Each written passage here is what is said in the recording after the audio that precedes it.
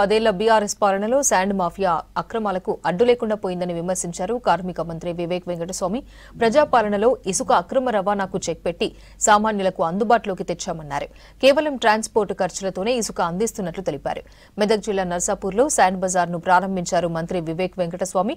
Telangana mineral development corporation ఆధ్వర్యంలో sand బజార్ను నిర్వహిస్తున్నారు.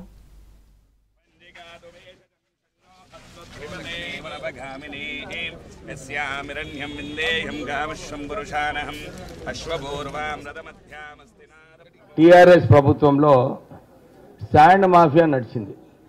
అన్ని చోట్ల కూడా టీఆర్ఎస్ నాయకులు ఈ శాండ్ పబ్లిక్కి 2800 క్యూబిక్ ఫీట్ కాస్ట్తో వాళ్ళందరూ కూడా ఈ కమిషన్లు పెట్టుకొని ఫ్యాట్ మార్జిన్స్ కార్యకర్తలకు వచ్చేలాగా ఇంతకుముందు ఈ శాండ్ మాఫియా దందా నడిచింది.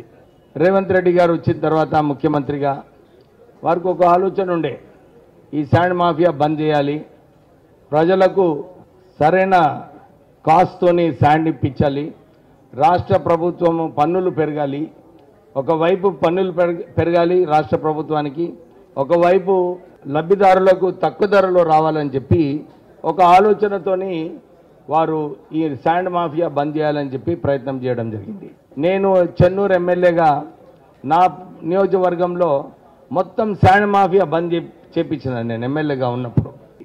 అంటే అన్ని రంగాలలో పేద ప్రజలకు రాష్ట్ర ప్రభుత్వం ఎట్లా మేలు చేయాలి, వాళ్ళని ఎట్లా ఆదుకోవాలని చెప్పి రాష్ట్ర ప్రభుత్వం పనిచేస్తుంది.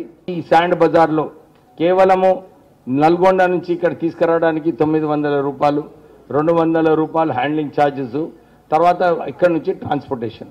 అంటే బయట 2800 క్యూబిక్ ఫీట్కి ఏదైతే శాండ్ దొరుకుతుందో మన ఈ టీజీఎండిసి ద్వారా మీకు తక్కువ ధరలో మనకు ఈ శాండ్ లభిస్తుంది.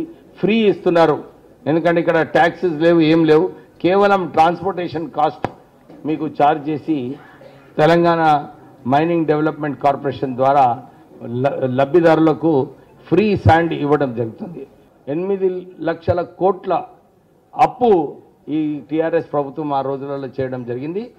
ఇవన్నీ ఉన్నప్పటికీ కూడా ముఖ్యమంత్రి రేవంత్ రెడ్డి గారు లేదు, మనం ప్రజలకు మాట ఇచ్చినాము, గ్యారంటీలు అమలు చేయాలి, దాంతోపాటు 10 సంవత్సరాలు మనకు రేషన్ కార్డు రాకుంటే మనకు రేషన్ కార్డ్స్ కూడా ఇప్పించడం జరిగింది. మెదక్ డిస్ట్రిక్ట్లోనే సుమారు 20,000 రేషన్ కార్డులు ఇచ్చినాం.